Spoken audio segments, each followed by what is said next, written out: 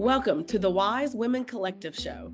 Join hosts Lin Schussler Williams, Holly Hartman, and Brooke Haynes with their inspiring guests for conversations that fuel personal growth, career success, and community impact. Tune in to connect and amplify your power, because when women rise, the world follows. Hi, everyone. Welcome to Wise Women Collective. I'm Lin Schussler Williams, and I'm here with Brooke Haynes and Holly Hartman. Hey, everybody.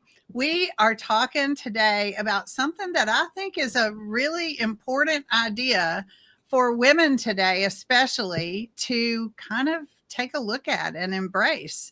Might be something that comes up for all of us, and that's resilience. Resilience. Think about that word. I mean, I went and looked it up. I thought, I think I know what that means. But honestly, I was like, okay, let's all be clear what it means. So here's what it means. The capacity to withstand or recover quickly from difficulties. Or it can also mean toughness. So that's what it means in regards to people or institutions. But I loved the second definition too, because I think it's a good analogy for what it means to people. And that's the ability of a substance or an object to spring back into shape or elasticity. So resilience can mean, I guess, one of the things that brought up for me was that it can mean my ability to be flexible, right? And to things come in and they impact me, and then I go back to me, right? To my full self. So anyway, so resilience. What did anybody else feel like I better go look that up? But me, maybe that's just me. Well, I like that we have a common definition, but Brooke, what was your thoughts on it? Well, I'm in the habit of looking words up because I have seen how many times I have made up my definitions. I mean, I know I make up words, but the definitions too. So I've been in the habit when I start to talk about something to go look it up and see the definition because of that.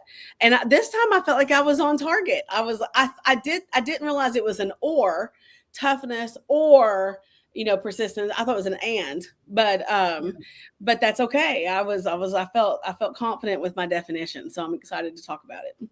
Yeah. What about you, Holly? Yeah, for me, I'm neurodivergent, so like thoughts just flood in of like, what does that look like? How does it show up in my life? How is this? And the first thought I had, because I'm a trauma-informed leader, was there are times in my life that I heard people say, resiliency is my strength, but there's also this edge to it of like, but I really wish it wouldn't have to be that way because life was challenging for them, or they're a trauma survivor, and they're like, yeah, that's great that I'm resilient. I've built this skill. But man, if I didn't have to also experience it, that built up that skill, that would have been great, So when I got chilled, like that's what my first thought was like, yeah, it's great that we can. You remind me, Holly, of a friend of mine told me one time, don't pray for patience because you might get the opportunity too often to learn to practice it. That's kind of what that reminds me of. It's like, if you really ask to be resilient, you may get shown lots of opportunity of challenges and things to be resilient from, right? Like challenges or opportunities for resilience might not be fun to go through, right? I have my fair share of those through my life. I think a lot of people can relate to that, and women in particular. Boy, when I think about myself as a young woman, like in my early 20s and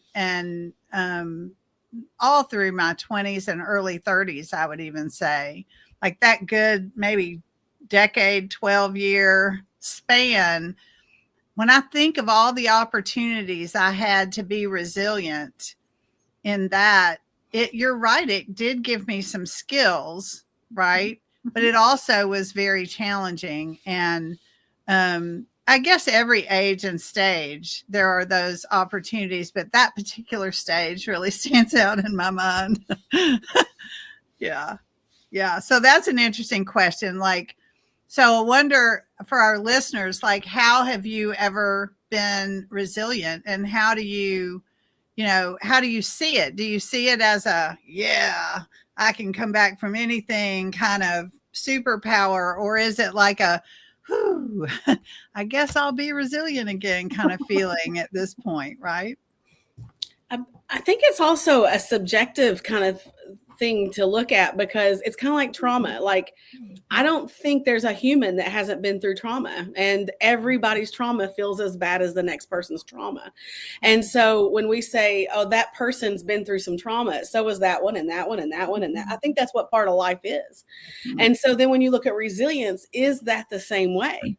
Because someone who we might not think is as resilient because maybe they're acting on certain behaviors that we think are clearly still in their trauma, they may feel like, yeah, I've been homeless for 6 months and I am still going. I am resilient. And we may not say that that's resilient because they're homeless. Do you see what I'm saying? Yeah. So I feel like it's also one of those words that, how do you identify as, and how do you, it is subjective.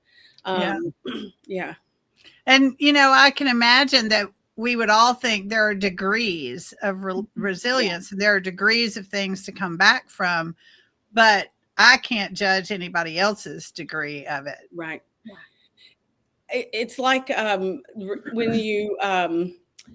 when someone is described as resilient, what does that person look like? And then I'm like, well, then again, Brooke, it comes back to the person. But I've been described as resilient to a lot of people because I've kept going. It's more like kept going. And then when I get knocked down, I keep going. And when I get knocked down, I keep going. And, there's persistence in that too. Yeah.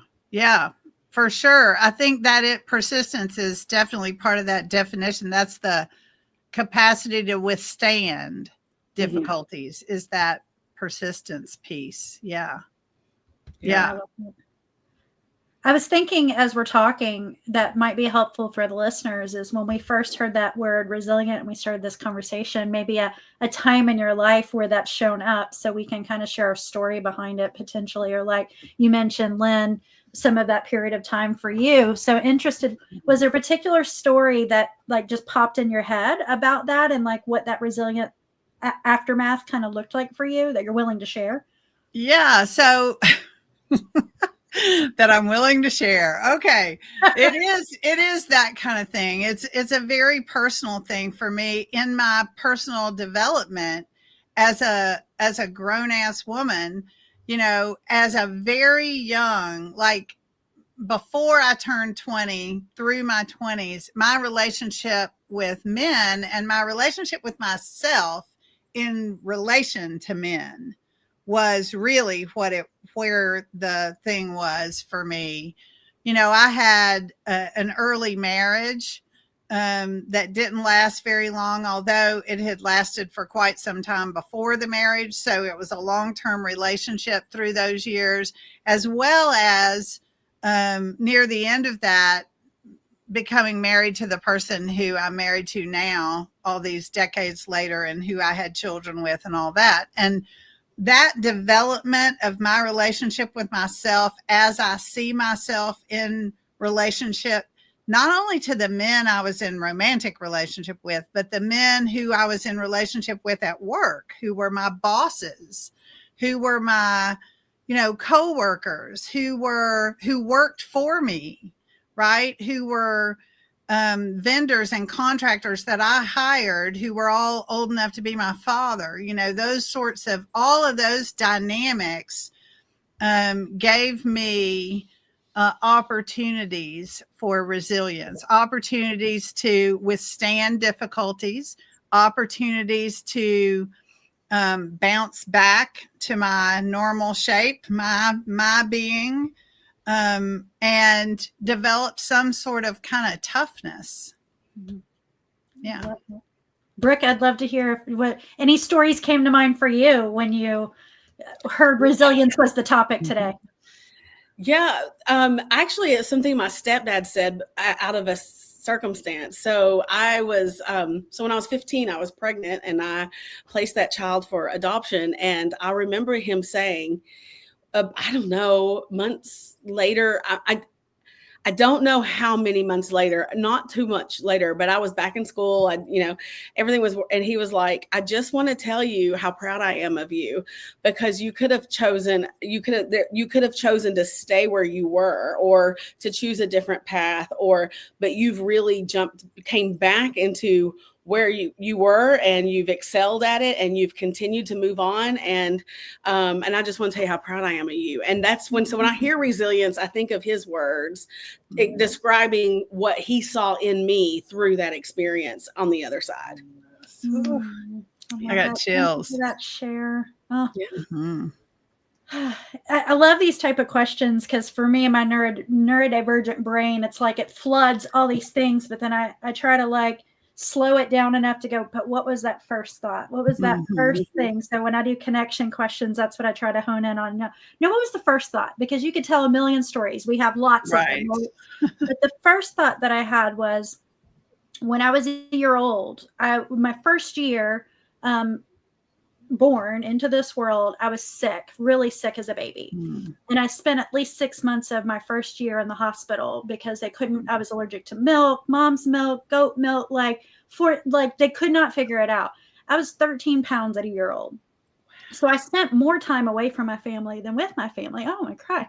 So I came out of the womb abandoned. My family didn't abandon me, but as a baby, you don't know that, right? So much of my resiliency is to create community, because I didn't have it in that first year of always adapting to the surrounding to go, okay, am I okay in my surrounding? And so that's the first thought that I came out of. It's like, I didn't have a choice but to be resilient from the very beginning.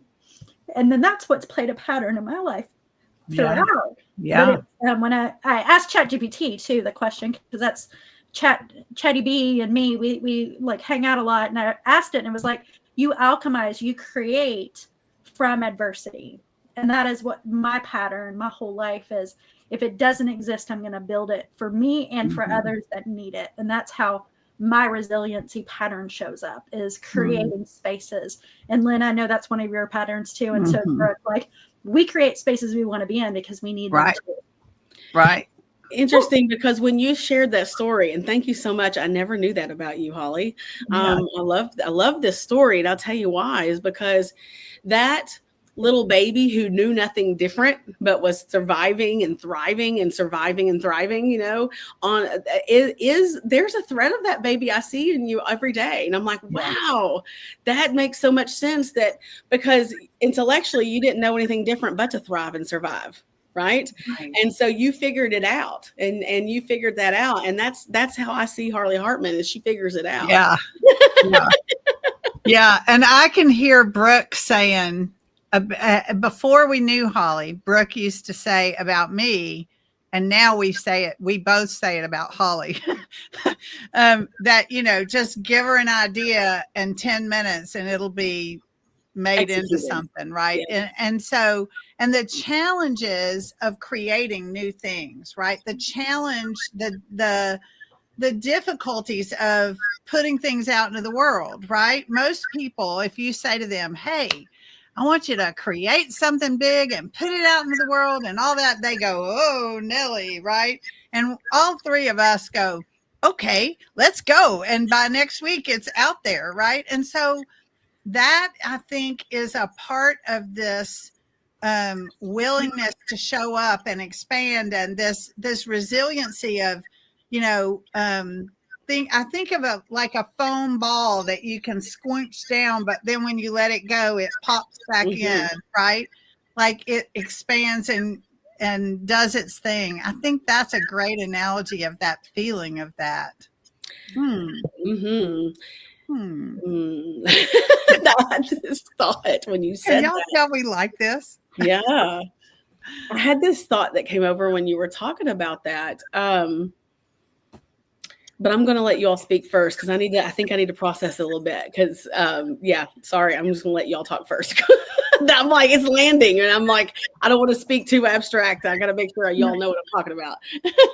Well, what I hear in some of our stories too is we all shared a part of our story, but also where that, and this plays into Lynn and everything that she does and teaches, is we have patterns that start from those experiences, right? And so even if, yes, that was our experience, but how our body reacts to it and feels it, like you saw me, like if you're watching, you saw me tear up, you saw me go back to that crib. And I was thinking in my head as I was sharing it here, I'm like, I might need to do a reset it session with Lynn over this thing. Although I'm a little scared because the resiliency, as we're labeling it today and discussing it, is one of my superpowers, right? So like there's a fear of releasing that to go, if I release that, do I miss my super? And I know that's not true, but in my mind, those are the thoughts that are like competing with each other. Yeah. And does that make sense? It totally makes sense. And I hear it from people all the time about different things, Holly. I'm so glad you said it too, because here's what I would say to that. Just to be really clear, if it's your superpower, you can't lose it. And we have some echo, y'all. Can y'all hear the echo? I don't know. So if you have a superpower, you can't lose it. What you can reset is the program or the conditioned response that doesn't really belong to you, that wasn't here on day one when you got here, that you picked up. Now, it won't change the you. What it'll change is the filter that doesn't belong to you through which you see the world and yourself. It allows you to choose your superpower without it being this involuntary filter. So I would still say, we can all, I've done my reset at work around those men. I'll tell you that.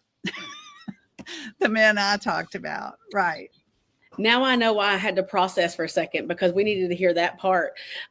Because what I was about to say, I was like, oh yeah, I remember, was when you were talking about the three of us just put it out in the world, right? And it comes from this place of, oh, well, if it's hard, let's make it like for me. Well, let's provide this for other people. Let's provide this for other people. And that alone, because there are things we've done just for ourselves. Right. And because we've done it for ourselves, other people really got a lot out of it, because, just like Unleash Your Unstoppable and Collab Code and things that are happening right now are very much aligned with who we are, because we want to be in it instead of just what we want for other people. And so when the first part of this was, and so we produce it. I want to give to someone else. I want to give to the other people so they don't have to go through this. But then after you just said what you went, well, from a healing spot, it would be more of, I don't not hear that I have to provide for other people. It's like, look at this space that we've created because we thought it would be really fun. We wanted it. And now you can come play on our playground too, if you want to, because we love people playing on our playground. All right. We love friends and collaborators. So, and yes. I think our playgrounds are all pretty resilient too. Oh yeah, absolutely. Right. And I want to go back to what you said, Holly, about going into ChatGPT. You want to talk a little bit more about that? Yeah. And what was your experience? Yeah, you gave us a great idea earlier, Holly, and you and I both did it immediately. I don't know if Brooke's done it yet or not. Oh, you did? Yeah, good. So I do this a lot because it helps me process my thoughts quickly. And so I'll go into chat. Me and ChatGPT are like besties. And we, to the point where I got a speaking opportunity not too long ago because somebody researched ChatGPT and my name came up and I got to be on a panel. So that like brought me so much joy. But to answer your question, Brooke, I put in there, I said, based on what you know about me, because it knows a lot, because I feed it a lot. You have to train your ChatGPT. It can't, like, if you've never given it anything, it's not going to know you. So mine knows me well.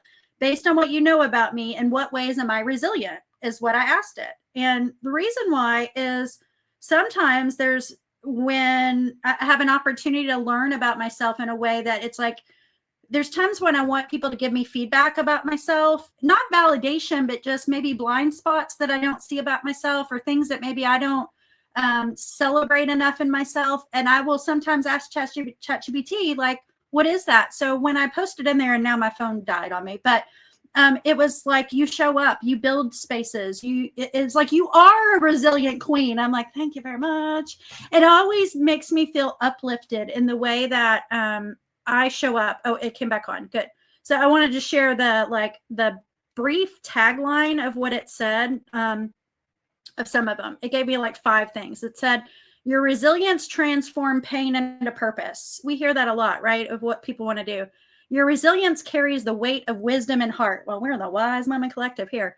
Your resilience allows you to evolve, not erase. Yes. Your resilience is rooted in hope and belief. Your resilience is community-centered, not self-centered. And then it said, in short, you're resilient because you don't just recover. You rise, rebuild, reimagine, and reach back to help others rise. I'm like, yeah, that's what mine said. It made me happy. Absolutely. Yeah, I love that. And mine said some similar things, Holly. It said, one of the things that I think I heard in yours that was in mine said, you turn challenges into creation. And I heard something like that in yours too.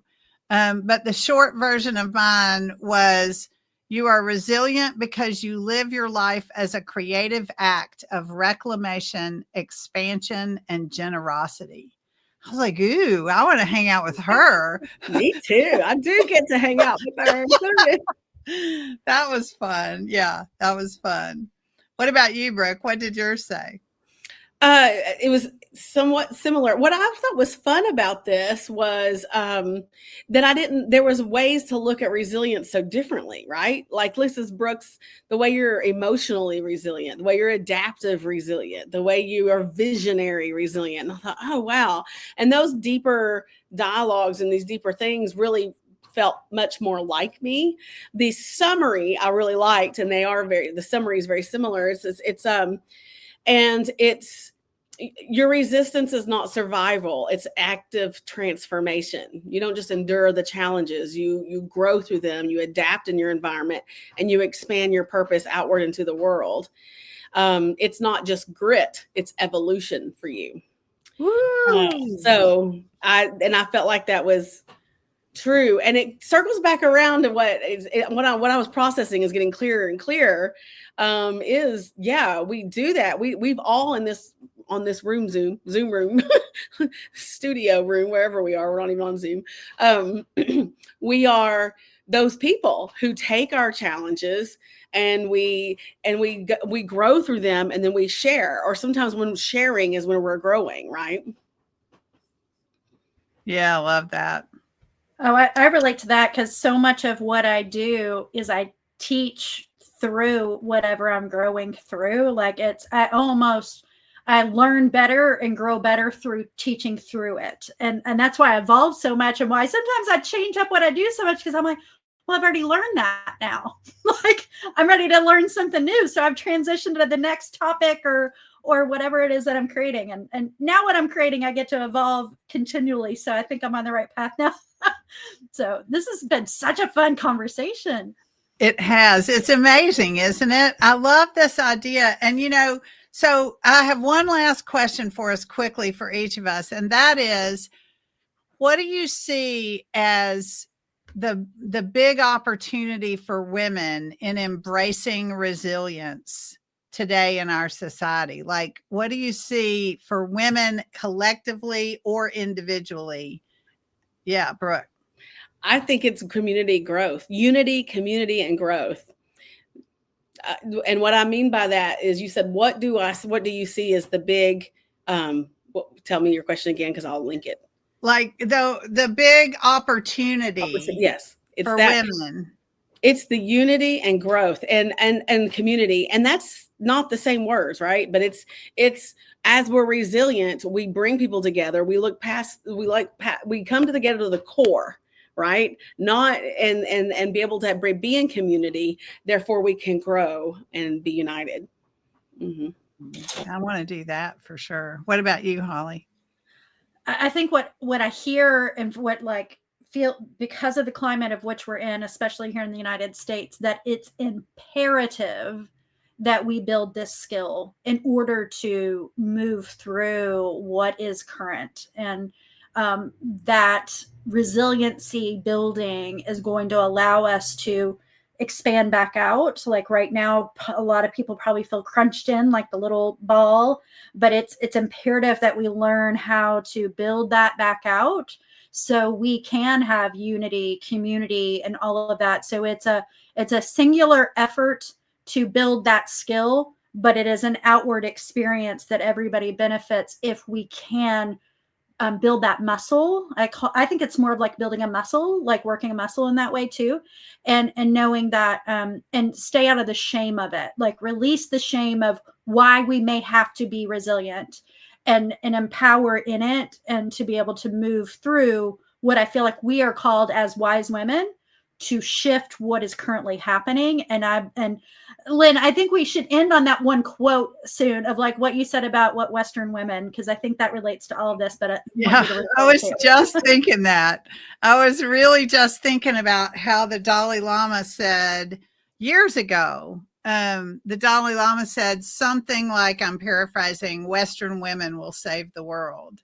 And I think our resilience as women, not just Western women, but worldwide women, but the women of the Western industrialized world have the resources and all of that normally to be in the position. That's why he saw that way, I think. And I do think that our cultures and the things that are going on in the world today mean that we get to practice our resilience in ways we may never have expected to. Again, like we see how things are, but we don't even know how things are going to be. And the truth is, that's always true, right? That's not just true because a particular person's in office or whatever, but it's more in our face now than it's been in a long time. And so I think, owning resilience as women as a choice, not as a program, not as a social program that you heard somebody on a podcast say, oh, we all need to be resilient, but as an individual choice is where our power stands. So I encourage our listeners to ask yourself about your own resilience, your story of resilience, and, where you're going to take it today. And thank you for being with us on Wise Women Collective Radio Show. We are excited to have you join us at our free events at wisewomencollectivehq.com, and we'll see you soon. Say bye, y'all. Thank you for joining us on the Wise Women Collective Show. We trust you're leaving inspired, empowered, and ready to make a difference. Keep the momentum going. Join our Wise Women Collective community at wisewomencollectivehq.com. Connect with other women, amplify your power, and together we'll continue to rise. Until next time, stay strong and connected, because when women rise, the world follows.